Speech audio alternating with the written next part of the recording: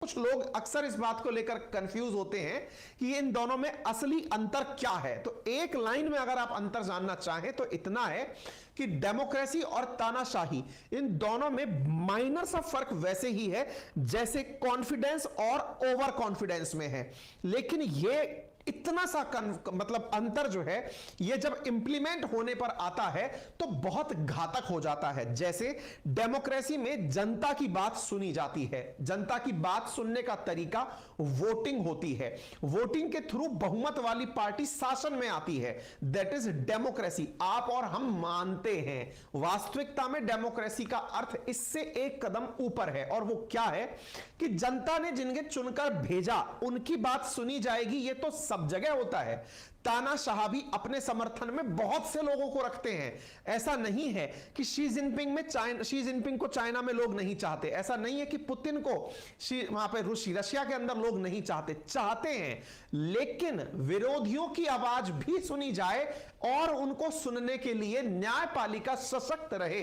यह लोकतंत्र का असल मतलब है। तभी कहा जाता है लोकतंत्र के जो 3 पिलर हैं, न्यायपालिका, कार्यपालिका और व्यवस्थापिका, ये तीनों सामंजस्य में चलती हैं, कोई भी बड़ा और छोटा नहीं होता।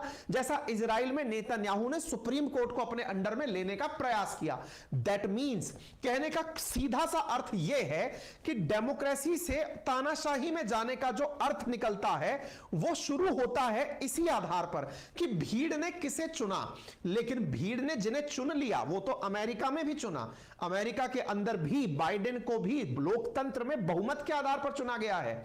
लेकिन जो लोग उनको नहीं चाहते थे, क्या बाइडेन ने उनको इग्नोर करना शुरू कर दिया या फिर उनके खिलाफ कार्रवाइयां करना शुरू कर दिया?